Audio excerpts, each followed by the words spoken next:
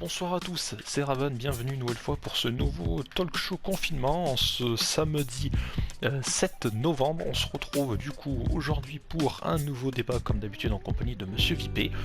Et comme vous l'avez vu dans le titre de la vidéo, aujourd'hui on va parler des dessins animés de notre enfance. Alors Monsieur Vipé, comme d'habitude tu vas, comme d'habitude pour souvent ouvrir le show, les dessins animés de ton enfance, comment t'as découvert les dessins animés et qu'est-ce que tu kiffais à l'époque? Les dessins animés que j'ai découvert chez mes grands-parents quand j'étais petit. Ouais. Puis c'est à peu près eux qui m'ont gardé le plus souvent chez eux, vu que mes parents travaillaient énormément. Ouais. Et eux ils avaient la box Canal Plus avec toutes les chaînes de dessins animés où il y avait Pee-wee, Télétoon, Canal J, Canal J, Cartoon Network. Je crois pas que Cartoon Network à l'époque je l'ai regardé. Ça, je crois pas. J'ai pas de souvenir de Cartoon Network. Moi, j'ai défoncé la chaîne. Je crois que à l'époque, c'était Jetix aussi avant Disney XD. Oui. Avant que Disney rachète les chaînes, la chaîne c'était Jetix, je crois que ça s'appelait à l'époque. Oui. C'est vieux ça. C'est hyper vieux. Et du coup, qu'est-ce que tu regardais surtout à l'époque du coup? À l'époque, c'était surtout des quand j'ai commencé, il y avait les Rasmussen que j'ai beaucoup aimé. Après, il y a eu les Titeuf, les Collège Rhinovélos, les Petits Fantômes, Esprit Fantôme, Jacob. Il y en a énormément. Après, il y a eu les Power Rangers, bien évidemment. Oui, classique. Sur GTX avant qu'il passait. Et après ça a commencé, ça allait un peu quand j'ai un peu plus grandi, j'ai commencé à regarder des séries comme Zack et Cody, La Vie de Palace, toutes les séries Disney Channel quoi en gros. Ouais voilà, toutes les séries Disney Channel. Disney Channel a sorti une chier de séries, genre comme il disait, donc les deux versions de Zack et Cody, donc c'est La Vie de Croisière et La Vie de Palace, c'est ça? Oui. Enfin dans l'autre sens, d'abord c'était La Vie de Palace je crois. Ouais. Que j'ai moins suivi moi. Alors la première version j'aimais bien, mais c'est compliqué parce que j'allais vous dire, généralement je suis pas fan des séries avec le public qui rigole derrière. Sauf que ce serait mentir si je devrais vous dire ça, parce que je kiffe énormément la série Friends et Ma famille d'abord pareil, je pense des séries cultes. Alors Malcolm oui, mais Malcolm j'ai pas souvenir qu'il y ait le rire du public derrière. Si, il y a le rire je crois. Ah non je crois pas, ça me dit rien. Ah moi je crois qu'il y a le rire. Ah non, je suis sûr que non. Voilà qu'on regarde. Dites-nous en commentaire si vous pensez, mais non mais je suis sûr qu'il y a pas, non c'est même pas la peine de dire en commentaire, je suis sûr qu'il y a pas le rire derrière. Pour moi il y a pas, je suis sûr qu'il y a pas. Bon. Pour moi il y en a. Après ça je dirais, Malcolm tout ça c'est peut-être plutôt des séries, même qu'on regarde toujours maintenant quand ça passe pendant les vacances sur M6 ou W9. Enfin moi en tout cas je regarde toujours. Et parce que c'est vrai que c'est culte quoi, puis même les voix françaises, c'est surtout ça qui nous a marqué quoi. Mais on parlera du doublage dans une autre vidéo. Mais c'est vrai que ouais, les dessins animés c'est quand même un truc de fou. Donc toi c'était surtout en grandissant les séries Disney Channel du coup. Ouais Disney. Moi il y a une série de même style que j'aimais bien. J'ai pas regardé très longtemps mais que j'aimais bien sur le moment, c'était Père de Roi je crois. Oui. Je crois que ça s'appelait comme ça. Je crois que c'est quoi, c'était deux potes qui devaient gouverner une genre d'île. Ça, il y avait un mec au taquet costaud qui faisait partie de la garde et il y a un des deux qui était amoureux de sa fille, je crois. Oui. Ouais, putain, je m'en souviens très bien.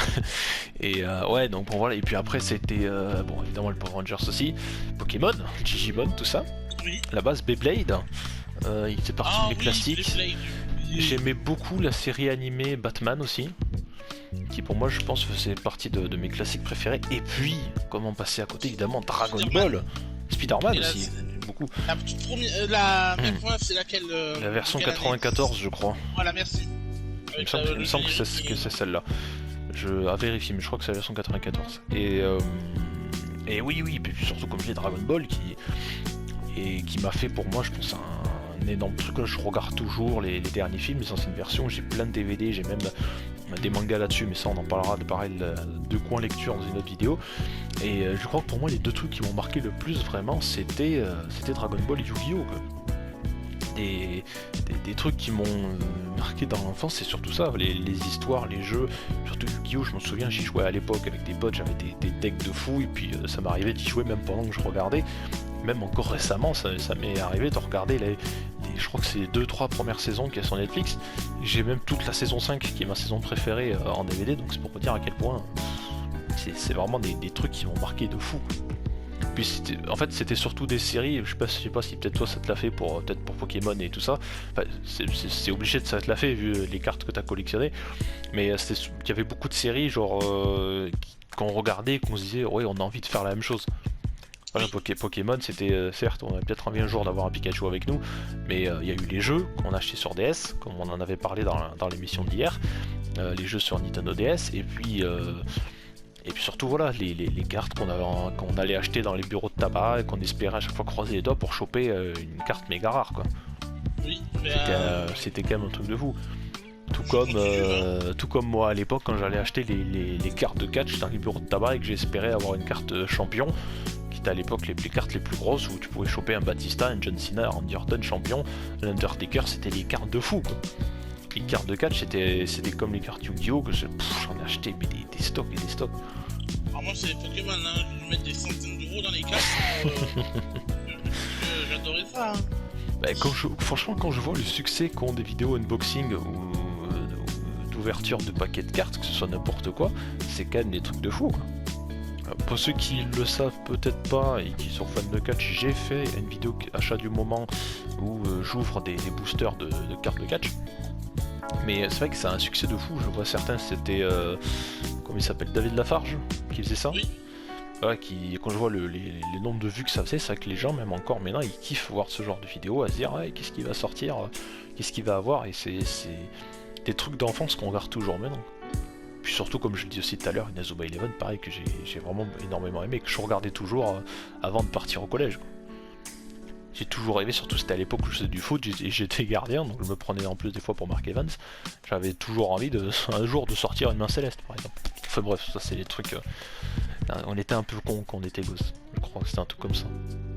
Mais bon, c'est les trucs d'enfance, mais moi, en tout cas moi, franchement s'il y a vraiment un truc, si je dois vraiment sortir un truc qui a marqué, je crois que je dirais ce serait quand même Yu-Gi-Oh! Genre.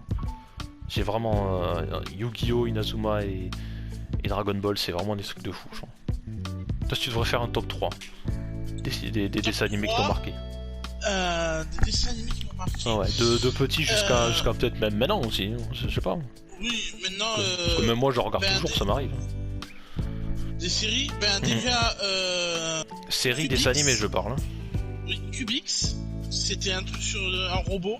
Ouais. C'est il y a longtemps, donc ça c'était un truc que j'aimais bien. En deux, c'est ex-aequo entre Zack et Cody et la famille pirate. Je sais, c'est deux trucs différents. Oh putain, sa famille pirate. Et ma première que je kiffe, c'est les Simpsons. Puis on a oublié un dessin animé culte aussi, qu'on n'a pas parlé. Et quoi? Et qu'on aime toujours maintenant. Y a rien qui te sort comme ça. La famille Adams, oui, non, c'est pas ça. La planète au trésor? Non, un dessin animé en série, il y a eu des films dessus aussi. Ah là je vois pas, franchement là je vois pas. Un truc hyper culte. Il y a un film qui est sorti au mois d'avril dessus. Mois d'avril? Ouais, il me semble que c'est au mois d'avril qu'il est sorti. Bob l'éponge? Non. Enfin oui, ça fait partie des classiques Bob l'éponge aussi. Pour son générique mythique, mais... Ah, je vois pas lequel tu veux... Une bande de jeunes qui résolvent des mystères. Scooby-Doo. Bah oui. Ah oui. Scooby-Doo quand même. Oui, Scooby-Doo. Tous les films d'animation qu'il y a eu dessus. Un top 3 c'est un peu réduit, il fallait faire un top 10 là. Ouais, c'est sûr. Bon, c'est mal formulé. Mais Scooby-Doo, pareil, tous les films qu'il y a eu dessus. Alors je parle des films en version dessin animé, genre Le Camp de la Peur, Abracadabradou, sur l'île aux zombies, qui est pour moi le plus grand des classiques des films. Pour moi c'est un des meilleurs, et le deuxième c'est avec Kiss. Moi j'ai adoré avec l'épisode avec Kiss. Alors j'ai bien aimé la Cybertrack quand ils sont enfermés dans un jeu vidéo. Le Camp de la Peur aussi j'ai bien aimé. les musiques sont vachement cool. Et puis il y en avait un autre, je crois, c'est avec les extraterrestres où Sammy tombe totalement amoureux d'une nana qui a un autre chien, je crois, et qui finalement c'est une autre extraterrestre, je crois. Ouais. Mais il y a eu des stocks, il y a eu vraiment des stocks, et ça c'est pareil, c'est des trucs cultes de notre enfance. On pourrait parler pendant... C'est compliqué même d'en faire 10-15 minutes, tu vois. C'est hyper dur de se limiter, il y a tellement de choses à dire dessus que c'est incroyable. En tout cas voilà, fin de cette vidéo du coup pour ce samedi. On se retrouve donc demain dimanche pour une nouvelle émission, un nouveau talk show. Donc espérons qu'il vous aura plu et on se retrouve.